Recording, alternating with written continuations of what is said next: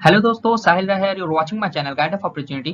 सो दोस्तों, इस वीडियो में हम लोग बात करेंगे WBJE 2021 काउंसलिंग की जो न्यू प्रोसेस आई है। स्टेप बाय स्टेप यार एक्सप्लेनेशन मैं बताऊंगा।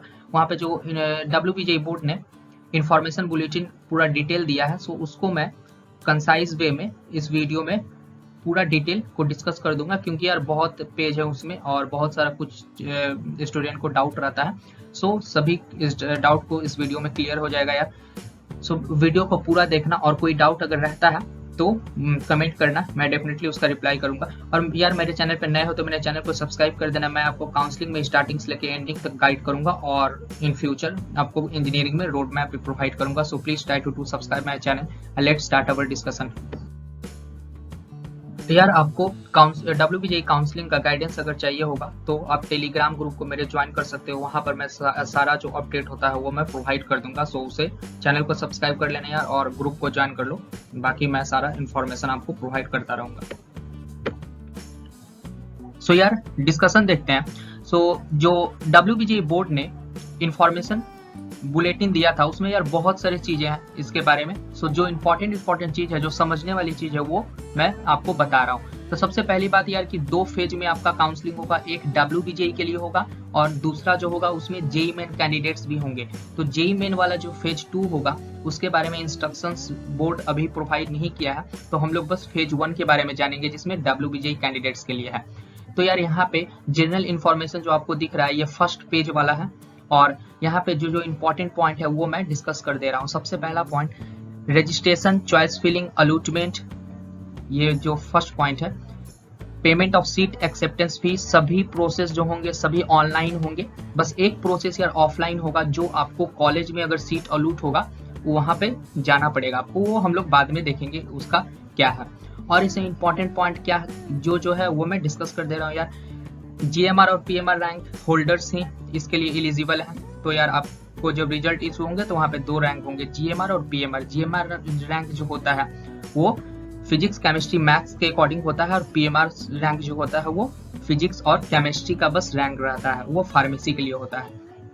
और इम्पोर्टेंट पॉइंट क्या है यार, there will be 3 rounds of counselling, allotted, upgradation and mop up. यार 3 राउंड होगा, अलूटेड, अपग्रेडेशन और मॉप अप, वो हम लोग आगे समझेंगे। उसके बाद इंपॉर्टेंट पॉइंट ई नंबर आप देख सकते हो यार क्या है इसमें है।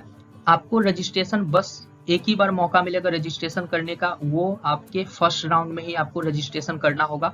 ऐसा नहीं है कि सेकेंड राउंड चल रहा हो और आप चाहो कि अब मैं रजिस्ट्रेशन करना चाहता हूं, तो ये पॉसिबल नहीं होगा। रजिस्ट्रेशन आपको स्टार्टिंग में ही करने होंगे फर्स्ट राउंड के पहले। ये बहुत ही इंपॉर्टेंट पॉइंट है यार।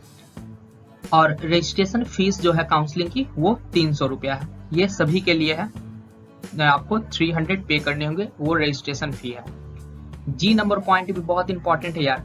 इसमें क्या बोला गया है, किसी अगर कॉलेज की जो मैं एक पर्टिकुलर कैटेगरी की बात करूं, जैसे SC में अगर किसी पर्टिकुलर ब्रांच में जो सीट है, मान लो कि 5 सीट है, तो ऐसा नहीं है कि अगर उसके पास वेकेंट सीट ज्यादा है तो जनरल में ज्यादा वेकेंट सीट है तो उसे वह SC कैटेगरी बना सकता है। ऐसा संभव नहीं होगा। जो ऑलरेडी रिजर्व है SC के लिए, ST के लिए, कैटेगरी के लिए, वो फिक्स रहेंगे। अगर 10 सीट किसी कॉलेज का रिजर्व है तो 10 ही रहेगा, उसे कोई कॉलेज 12 या 15 नहीं बढ़ा सकता है। सो जी नंबर पॉइंट में वही बोला गया है। तो ये थी जनरल इंस्ट्रक्शंस।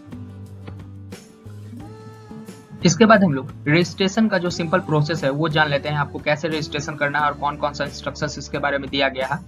सो यार सबसे पहला पॉइंट जो A नंबर पॉइंट आपको दिख रहा है, वहां पे जनरल सा इंस्ट्रक्शंस आपको बैंक डिटेल, एकेडमिक डिटेल, सब कुछ जनरल जो होता है, एड्रेस, वो सब आपको फिलअप करना है। उसके बाद यार full marks and the obtained marks in class 10 English का जो 10th में आपको मार्क्स मिला वो देना है। ओवरऑल जो 12th में मिला है उसकी परसेंटेज देनी है। और क्लास 12 में English, physics, chemistry, mathematics and other relevant subject जो थी उसका जो पूछा जाएगा वो मार्क्स को फिलअप करना है। C नंबर पॉइंट बहुत ही इंपॉर्टेंट है यार। अगर आप रजिस्ट्रेशन करने टाइम कोई गलती करते हो और इन केस ऑफ काउंसलिंग या जब आपका कॉलेज में एडमिशन होता है उसके समय, उस टाइम पे अगर कॉलेज मना कर देता है, अगर कोई एरर मिलता है उसे, आप जो डिटेल दे रहे हो, तो उसके लिए WBJE बोर्ड कोई रिस्पॉन्सिबल नहीं होगा, वो यहाँ पे बताया है। इसके बाद यार डी नंबर पॉइंट जो है कि आप अगर एक बार रजिस्ट्रेशन कर देते हो जिस डिटेल के साथ सबमिट कर देते हो उसके बाद आप चेंज नहीं कर सकते हो। सो रजिस्ट्रेशन केयरफुली करना यार। यार हम लोग अब चॉइस फिलिंग के बारे में बात करते हैं, उसके बारे में क्या इंस्ट्रक्शंस दिया गया है वो देख लेते हैं। सो यार आप जैसे ही रजिस्ट्रेशन कर लोगे सो वहाँ पे अपने पोर्टल पे जितने भी कॉलेज के लिस्ट हैं वो आपको शो करेगा। उसके बाद चॉइस फिलिंग कैसे करना है यार उसको मैं सेपरेट वीडियो बनाऊंगा जब स्टार्ट होगा। यहाँ पे जो इंस्ट्रक्शंस है इंपॉर्टेंट इंस्ट्रक्शंस वो बता दे रहा हूँ। सो वो अल्फाबेटिक ऑर्डर में आपको कॉलेज दिखेगा। जैसे आपको जादवपुर यूनिवर्सिटी प्रेफरेंस में देनी है तो सिंपली जे में जाके आप सिलेक्ट कर सकते हो। ई नंबर पॉइंट में यार टीएफडब्ल्यू के बारे में इंपॉर्टेंट बात बोला गया है। टीएफडब्ल्यू कैंडिडेट्स आप चाहो तो जनरल से भी अप्लाई कर सकते हो सेम ब्रांच को, और आप टीएफडब्ल्यू से भी अप्लाई कर सकते हो, ये बहुत ही इंपॉर्टेंट है। और एफ नंबर पॉइंट यार ये भी इंपॉर्टेंट है। यहाँ पे बोर्ड आपको रिकमेंड कर रहा है एटलीस्ट आपको 20 चॉइसेस फिलअप करनी है। अगर कोई स्टूडेंट कोई भी चॉइस फिलअप नहीं करता है तो उसको सीट नहीं मिलेगा, वहाँ पे मेंशन किया गया है। और बोर्ड आपको रिकमेंड करता है कि एटलीस्ट यार 20 चॉइसेस भरनी है। और मैं मैक्सिमम बात करूँ तो मैक्सिमम आप चाहो तो पूरा दे सकते हो, मतलब जितने भी वेस्ट बंगाल में कॉलेज हैं सभी को आप मैक्सिमम चॉइस फिलिंग में दे सकते हो और मिनिमम एटलीस्ट 20। सो ये थी चॉइस फिलिंग के बारे में जनरल इंस्ट्रक्शंस। इसके बाद हम लोग चॉइस लॉकिंग के बारे में देखते हैं। सो यार जो डेट आपको दिया रहेगा, पहले तो प्रेफरेंस जितना भी आपको चॉइसेस भरनी है सबको सिलेक्ट करनी है। उसके बाद चॉइस लॉकिंग का जो डेट रहेगा उसमें आपको चॉइस को लॉक कर देना है यार। अगर आप लॉक नहीं करते हो तो कोई बात नहीं, सिस्टम उसको लॉक कर देगा। उसके बाद जो है राउंड 1 अलॉटमेंट का। सो यार 1 अलॉटमेंट जो है वो आपके पोर्टल पे शो करेगा, मतलब आप लॉग इन करके आपको सीट अलॉट हुआ है कि नहीं वहाँ पे आप चेक कर सकते हो। अगर कोई भी इंस्टीट्यूट को इनवैलिड आपकी कोई डिटेल लगती है तो आपकी जो अलॉटेड सीट है वो कैंसिल हो जाएगी। और जो सीट अलॉटेड होने के बाद सीट एक्सेप्टेंस फी जो है वो 5000 आपको पे करने होंगे और उसका जो अलॉटमेंट लेटर है उसे डाउनलोड करना होगा। आप अगर ऐसा नहीं करते हो तो भी यहाँ पे जो आपकी सीट अलॉट हुई है वो कैंसिल हो जाएगी। इसके बाद जो है बहुत ही इंपॉर्टेंट पॉइंट यार, आपको अगर सीट अलॉट हुई है तो आपको फिजिकली उस इंस्टीट्यूट में रिपोर्ट देना होगा और वहाँ पे डॉक्यूमेंट्स वेरीफाई करने होंगे। अगर आप ऐसा नहीं करते हो जो डेट दिया गया है उस डेट में, तो भी आपकी जो सीट मिली है वो कैंसिल हो जाएगी। सो यार जो डेट मिला है उसमें आपको जाके फिजिकली वहाँ पे रिपोर्ट करना है और डॉक्यूमेंट्स वेरीफाई करवानी है। सो ये बहुत ही इंपॉर्टेंट इसके बारे में है। उसके बाद हम लोग देखते हैं डॉक्यूमेंट्स वेरिफिकेशन। ये बहुत ही इंपॉर्टेंट है। आपको अगर इंस्टीट्यूट कोई भी कॉलेज मिला है अलॉट हुआ है तो वहाँ पे आपको जाना है तो कौन सा डॉक्यूमेंट्स लेकर जाना है और उसे वेरीफाई कैसे करनी है वो बहुत ही इंपॉर्टेंट है। ए नंबर पॉइंट आप ध्यान से पढ़ सकते हो। Candidates will report to the institute where he she has been allotted a seat with in the days as notified. आपको जो डेट दिया जाएगा उसी डेट में जाना है। Carrying printed copies of their allotment letters and all academic and other documents for physical verification of the documents। यहाँ पे साफ साफ मेंशन किया गया है फिजिकल वेरिफिकेशन होगा, मतलब सारा प्रोसेस तो आपका ऑनलाइन हो रहा है लेकिन जब आपको फिजिकल वेरिफिकेशन जो होगा वो यार ऑफलाइन करना है। और आप जब इंस्टीट्यूट जाओगे तो आपके पास कौन कौन सा डॉक्यूमेंट्स रहना चाहिए, तो ऑल कैंडिडेट्स सभी कैंडिडेट्स क्या कैरी करेंगे, class 10th admit card, birth certificate के लिए तो एडमिट कार्ड ही हो जाएगा for verification of date birth. उसके बाद है class 10th marksheet, class 12th marksheet, ये ऑल कैंडिडेट्स के लिए। और वेस्ट बंगाल के जो डोमिसाइल कैंडिडेट्स है वो क्या करेंगे, domicile certificate as per the section. Domicile certificate यार सबके लिए नहीं होगा, ऐसा नहीं है कि वेस्ट बंगाल के सभी कैंडिडेट्स को डोमिसाइल सर्टिफिकेट लगेगा। वो मैं आगे वीडियो में बताऊंगा कि किन लोगों को डोमिसाइल सर्टिफिकेट का जरूरत पड़ेगा। 5 नंबर पॉइंट में क्या है, SC ST OBC। यार आप कोई कैटेगरी में फिलअप किए हो फॉर्म को, कैटेगरी के लिए अप्लाई कर रहे हो तो आपको कैटेगरी सर्टिफिकेट को भी ले जाना होगा। सो ये था डॉक्यूमेंट्स वेरिफिकेशन, बहुत ही इंपॉर्टेंट है, इस चीज को ध्यान से समझना है। यार सीट अलॉटमेंट के बारे में जो फर्दर इंफॉर्मेशन दिया गया है, अगर आप इंस्टीट्यूट में जाते हो और आपकी कोई डॉक्यूमेंट्स इनवैलिड है तो आपकी सीट जो है वो कैंसिल हो जाएगी। अगर कोई आप कैटेगरी में भरे सीट को, किसी कैटेगरी के लिए अप्लाई किए हो, वो आपको सीट अलॉट हुआ है और उस आप कैटेगरी सर्टिफिकेट में कोई भी एरर है तो भी आपका सीट जो है वो कैंसिल हो जाएगा। ई नंबर पॉइंट बहुत ही इंपॉर्टेंट है अपग्रेडेशन के लिए। यार इस बार थोड़ा सा चेंजमेंट इसमें लाया गया है। इसमें पहला पॉइंट बहुत ही इंपॉर्टेंट क्या है, अगर आपने जो चॉइस फिलिंग दिया है, आपका जो फर्स्ट चॉइस है, पहला जो प्रेफरेंस है, वो अगर आपको पहला बार में ही मिल जाता है तो आप फर्दर अपग्रेडेशन नहीं कर सकते हो। यहाँ पे आप देख सकते हो अपग्रेडेशन नो, किस केस में, अगर पहला प्रेफरेंस आपका सिलेक्ट हो जाता है फर्स्ट राउंड में ही तो आप अपग्रेड नहीं कर सकते हो, आपको फ्रीज करना होगा और वही कॉलेज लेना होगा। लेकिन मॉपअप राउंड के लिए आप एलिजिबल हो, यानी कि मॉपअप राउंड में आप अप्लाई कर सकते हो। यार मॉपअप राउंड क्या होता है उसको मैं सेपरेट एक वीडियो में बताऊंगा, एक तरह का स्पेशल राउंड आप बोल सकते हो उसको, जो वैकेंसी रहता है उसके लिए मॉपअप राउंड होता है, तो वो क्या है मैं सेपरेट उसके बारे में डिस्कस कर दूंगा, क्योंकि इस वीडियो में बताऊंगा तो बहुत लंबा हो जाएगा यार वीडियो। सो मॉपअप राउंड के बारे में हम लोग बाद में डिस्कस करेंगे। तो ये पॉइंट बहुत इंपॉर्टेंट है कि अगर पहला चॉइस ही आपका सिलेक्ट हो जाता है तो आपको फ्रीज करना होगा, यानी कि वो कॉलेज के लिए ही आपको जाना होगा।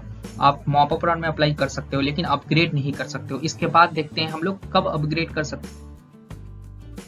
So yeah, if candidate has been allotted a seat of his her second or later choice, यानी कि पहला छोड़कर अगर दूसरा या उसके बाद का कोई भी आपको अगर सीट मिलता है तो आप ऑफ कोर्स आप लोग फ्रीज कर सकते हो या अपग्रेडेशन में जा सकते हो, वो आपकी मर्जी है।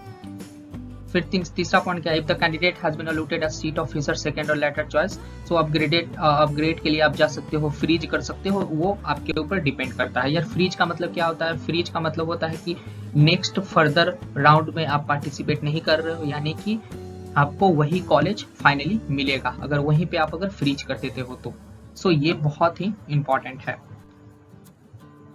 यार 4 नंबर पॉइंट देख लेते हैं, if the candidate does not complete none of the above 3 options he she will be considered not interested in admission. मतलब आपको अगर सीट अलॉट हुआ है और आप कोई भी प्रोसेस नहीं करते हो, ना ही फ्रीज कर रहे हो ना ही अपग्रेड कर रहे हो, तो आप काउंसलिंग से बाहर हो जाओगे। सो ये इंपॉर्टेंट इंफॉर्मेशन थी अपग्रेडेशन को लेकर।